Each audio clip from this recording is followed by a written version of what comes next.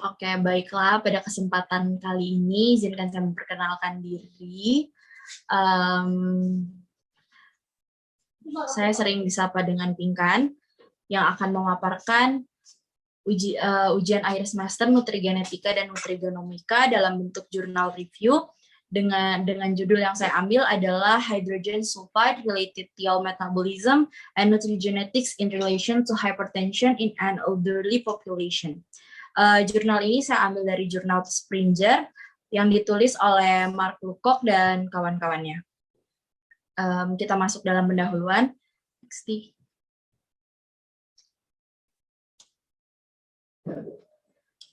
Baik, secara global, hipertensi fenotip ini mempengaruhi 25 orang dewasa, di mana hipertensi apabila tidak terdiagnosis lebih awal akan berakibat pada CFD atau cardiovascular disease dan juga ginjal kronis. Hipertensi fenotip di sini merupakan seperti yang kita ketahui bersama juga, fenotip itu adalah pengaruh gen yang dipengaruhi oleh gen dan juga lingkungan di sekitar individu tersebut berada. Jadi bisa kita simpulkan bahwa ternyata ada nih pengaruh antara gen, lingkungan, dan juga penyakit hipertensi yang biasanya terjadi terhadap orang dewasa seperti itu. Kemudian dalam penelitian ini ternyata didapati bahwa hidrogen sulfida atau H2S merupakan molekul gas yang menjadi signal dalam regulasi aliran dan tekanan darah. Si H2S ini disintesis oleh cysteine. Kemudian tidak hanya H2S atau hidrogen sulfida yang berpengaruh terhadap regulasi aliran dan tekanan darah, ada juga vitamin B6 yang juga merupakan kofaktor penting untuk sitationin beta sintase dan sitationin gamma liase.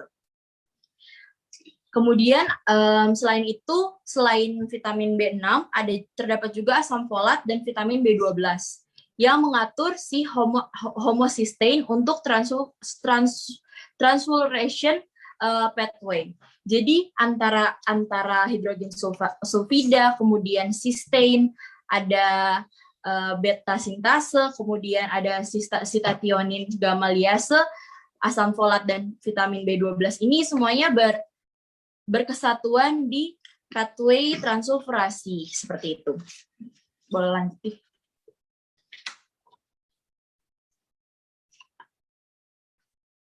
Nah, kemudian untuk dalam treatment yang dilakukan oleh para peneliti ini, mereka memberikan diet untuk diet konsumsi vitamin B dengan harapan dapat membuka kemungkinan bahwa ada nih hubungannya antara si regulasi hidrogen sulfida dengan hipertensi, serta membuka kemungkinan yang baru juga tentang adanya hubungan dengan nutrigenetik seperti itu.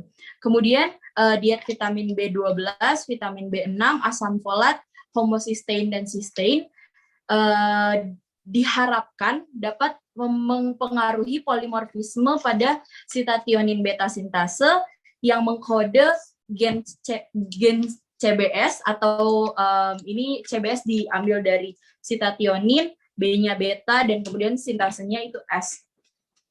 Dan juga ada mempengaruhi perubahan basa atau polimorfisme pada sitationin gamma liase yang mengkode si gen CTH ini. Kalau misalnya kita lihat di sini, si vitamin B12, vitamin B6, kemudian asam folat, homocysteine, dan cysteine ini, dia mempengaruhi perubahan basa pada sitationin gamma liase, merubah basa ke 1364 menjadi basa 1208. Selanjutnya tuh.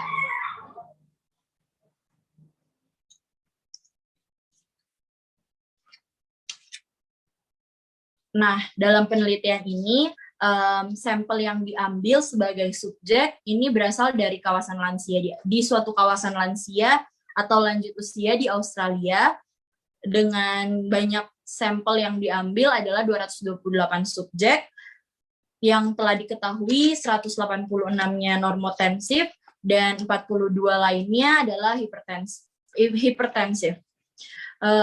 Dan dengan rata-rata umur 65 sampai 96 tahun.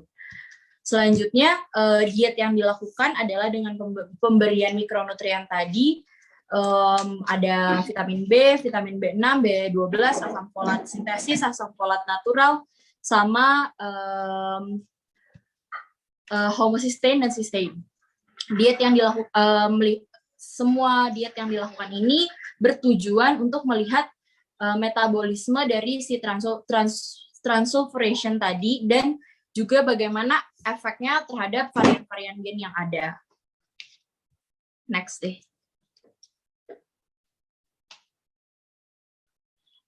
Oke, ini secara struktural kita bisa lihat pathway transsulfuration dari yang seperti yang saya bilang tadi, bahwa dari homocysteine ini dipengaruhi pembentukannya oleh asam folat, kemudian B12 dan dependent methionine sintesis methionine dependent. Selanjutnya untuk menghasilkan sintesis sitationin, dia dipengaruhi oleh vitamin B dan juga sitationin beta sintase. Kemudian untuk memsintesis cysteine, yang diperlukan adalah vitamin B, sitationin, gamalase. Dan yang terakhir adalah akhirnya dapat mensintesis hidrogen sulfida. Selanjutnya nih.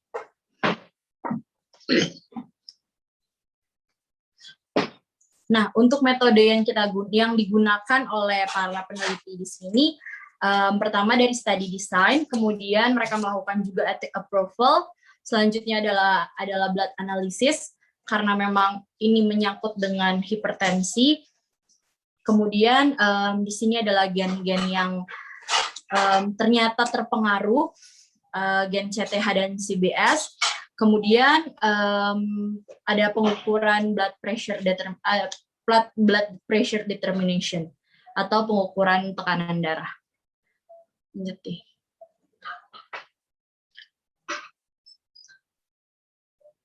Untuk study desainnya, subjek yang mereka gunakan di sini ada 228 partisipan dengan range umur 65 sampai 96 tahun dengan 91 laki-laki dan 137 perempuan. Mereka ini berasal dari Central Coast Retirement Village, New South Wales, Australia. Penilaian yang dilakukan adalah prevalensi dua varian gen terkait dengan transsulfuration dengan cysteine dan produksi hidrogen sulfida yang tadi. Kemudian para peneliti mengukur rata-rata tekanan darah sistol maupun diastol pada 228 orang, dan ternyata dari pengukuran yang telah mereka lakukan didapati 186 orang ini normotensif atau tekanan darahnya dalam kondisi normal. Dengan range umur juga sama seperti tadi, 65 sampai 96 tahun dengan partisipan 72 laki-laki dan 114 perempuan. Mereka ini yang normal. Kemudian ada 42 orang lainnya yang hipertensi atau tekanan darahnya tinggi. Range umurnya sekitar 66 sampai 86 tahun dengan 19 laki-laki dan 23 perempuan. Kemudian selain itu, yang mereka dapati dari pengukuran yang telah mereka lakukan, ternyata ada nih 153 orang yang ternyata menggunakan antihipertensi. Namun sebenarnya si antihipertensi ini tidak memberikan pengaruh yang signifikan antara si normotensi maupun yang hipertensi seperti itu. Selanjutnya.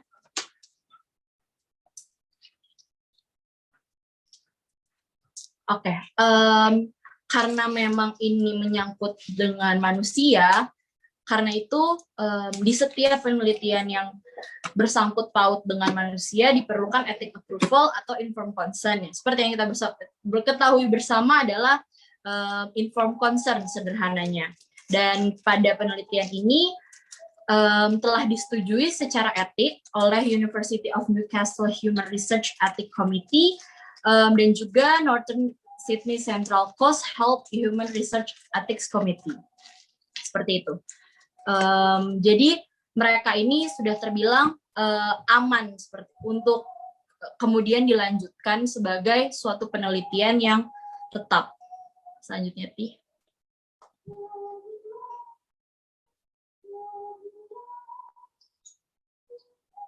Nah, untuk blood analysis, di sini ada analisis tiol dengan HPLC.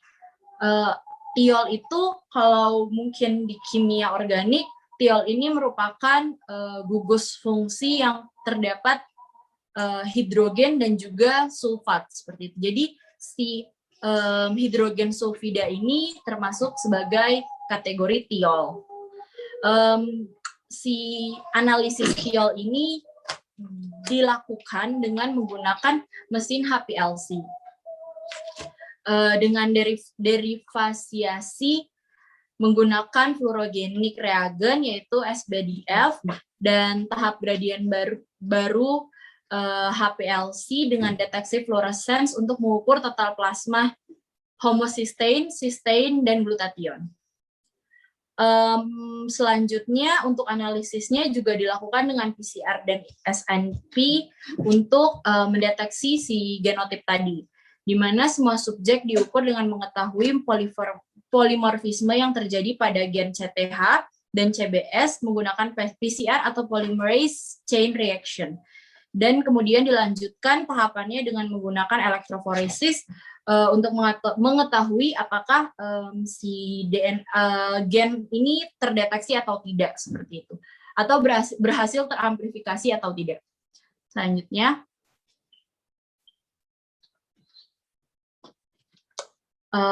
oke, kita bahas dari gen yang pertama yaitu CTH yang dikode pada bahasa ke 1364. Di sini primer yang digunakan ada ini dengan sense dari basa 5 ke basa 3, ada AGG, GAG, CTC, AGT, CAA, AGT, dan juga GC sebagai penutup, serta untuk antisense-nya juga sudah disiapkan, di mana primer ini diambil dari online design. Jadi para peneliti ini kayaknya memang sudah mengambil primer yang sudah jadi seperti itu. Mereka tidak mendesain primer lagi untuk mengamplifikasi si gen CTH ini. Untuk enzim restriksinya sendiri yang digunakan adalah enzim restriksi EcoR1. Mereka mengamplifikasi ini sebanyak 401 base pair amplikan. Kemudian si 131364 GG wild type telah diangkat dengan meninggalkan single band di basak ke 401 base pair. Selanjutnya, genotip resesif homozigot gen 1364TT didigest untuk menghasilkan 2 fragmen sepanjang 265 dan 136 base pair. Next, deh.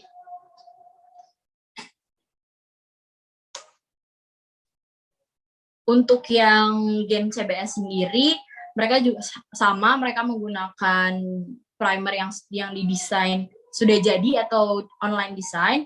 Kemudian primer ini digunakan untuk mengamplifikasi sebanyak 184 base pair amplikan. Next deh.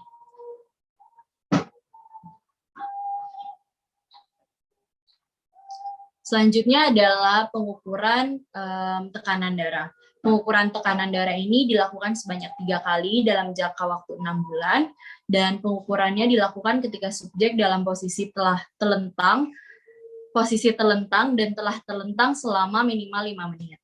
Jadi si subjek ini dalam kondisi istirahat, tidak sedang setelah berjalan atau melakukan aktivitas, yaitu jadi si tekanan darah dalam kondisi yang stabil. Kemudian pengukurannya dilakukan dengan menggunakan sphygmomanometer yang dicatat adalah sistolik pertama dan diastol kelima. Untuk sebagai benchmark atau standarnya, hipertensi atau pengukuran tekanan darah yang sudah terbilang hipertensi terjadi ketika sistol sudah di atas 140 derajat dan 140 milimeter per hemoglobin dan diastolnya di atas 90. Kemudian ada perlakuan lain yaitu dengan adanya frekuensi makanan dan juga konsumsi vitamin B. Di sini para subjek diberikan berbagai macam makanan yang mengandung vitamin B dan juga yang tidak mengandung vitamin B. Lanjut.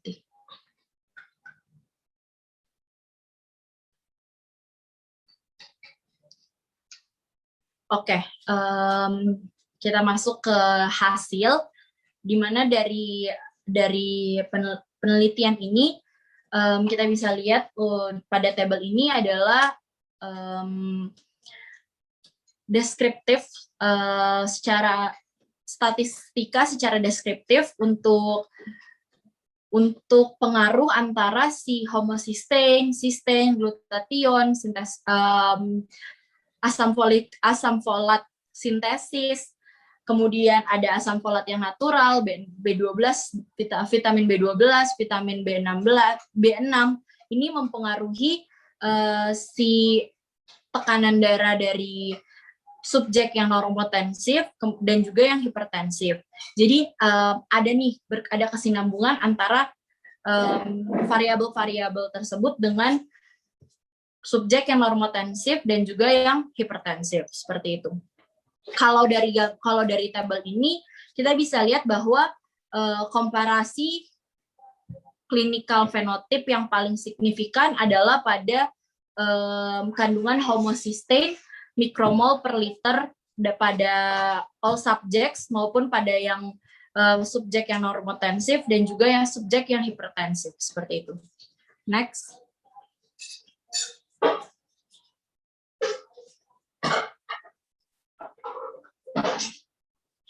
Nah, selanjutnya ini ada prevalensi genotip yaitu dengan cantuman frekuensi alel, kemudian ada polymorphic alel yang memuat dia memuat si gen CBS dan juga CTH dengan berdasarkan tetap tadi yaitu clinical phenotype.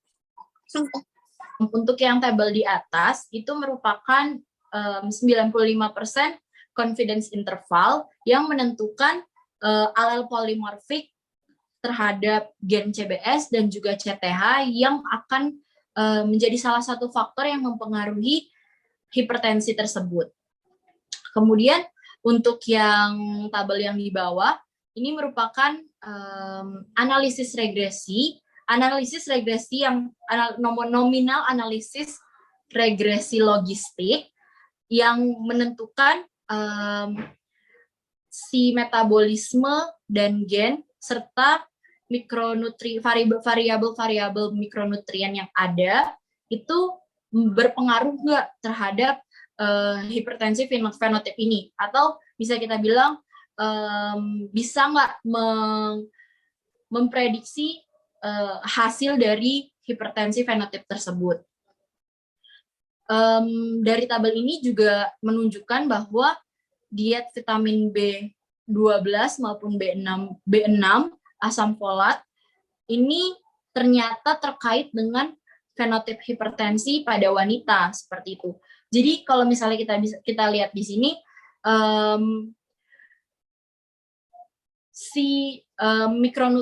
variabel mikronutrien ini ternyata lebih banyak cenderung mempengaruhi di wanita, sedangkan di laki-laki itu nilainya tidak terlalu berpengaruh, seperti itu.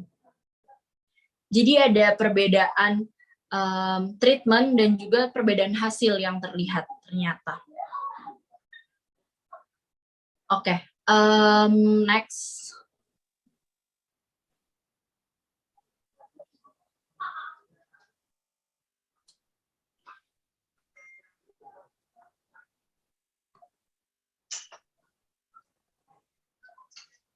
Nah, ini adalah sama kayak tadi analisis regresi juga untuk menentukan transfigurasi pathway yang berketerkaitan dengan variabel-variabel tadi untuk memprediksi hasil diastol dan sistol pada tekanan darah. Mungkin lebih jelasnya ada di next slide.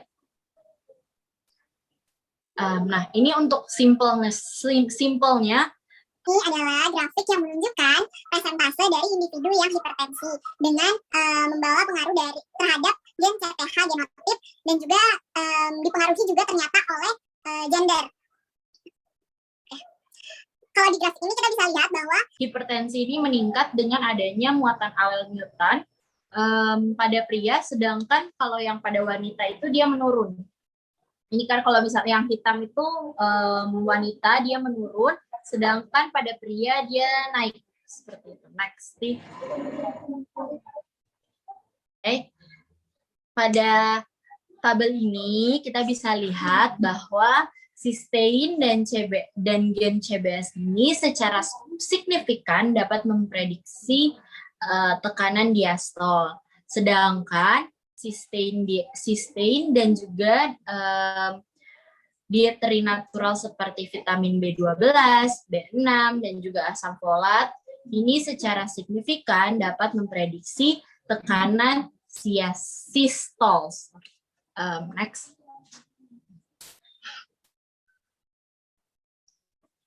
Nah, kesimpulan dari penelitian yang telah dilakukan ini adalah didapati bahwa hidrogen sulfida merupakan molekul gas yang dapat mengatur tekanan vaskular dan menjadi faktor kunci dalam transfigurasi pathway serta dapat menjadi faktor yang prediktif terhadap fenotip hipertensi dan tekanan darah diastolik atau sistolik. Next.